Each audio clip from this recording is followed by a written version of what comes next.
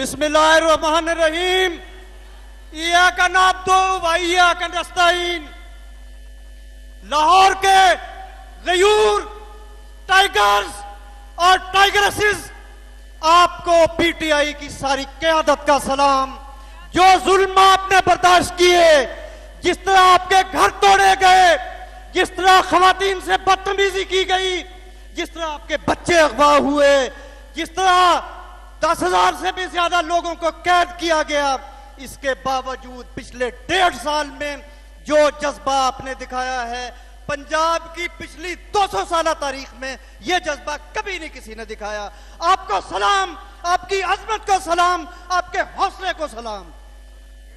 और एक बात मैं बता दूं, देखें, मैं भी खान से मिलता हूं जेल में, हमारे और दोस्त भी खान से मिलते हैं जेल में जाके। सब कहते हैं कि खान बड़ा हौसले में है, सब कहते हैं कि वो इन हैंडलर्स को और इस फॉर्म 47 की हुकूमत को जूते की नोक पे रखता है। लेकिन आपको यह पता होना चाहिए कि अल्लाह ताला के बाद सबसे बड़ा हौसला आप हैं उसके लिए। उसे पता है पाकिस्तान खड़ा है, उसे पता है लाहौर खड़ा है, उसे पता है पंजाब खड़ा है। इसीलिए आपका कप्तान वहां हौसले से बैठा है और हर उस इदारे को, हर उस शख्स को जो आपके ऊपर जुल्म करता रहा है, आपने देखा इस्लामाबाद जलसे के वक्त भी उसके पैरों में जाके बैठना पड़ा उसे।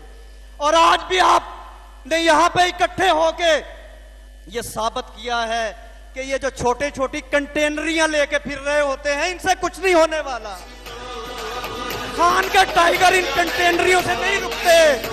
ये पंजाब पुलिस ने जो ये पीटीआई वर्सेस पंजाब पुलिस जलसा बना दिया है, मैं इनसे कह रहा हूं कि हमारे टैक्स के पैसे पे पलते हो, हमारे नौकर हो, हमारे नौकरों की तरह रहो, लोगों पर जुल्म ना करो। वो दिन दूर नहीं जब आपका गिरबान पकड़ेंगे हम।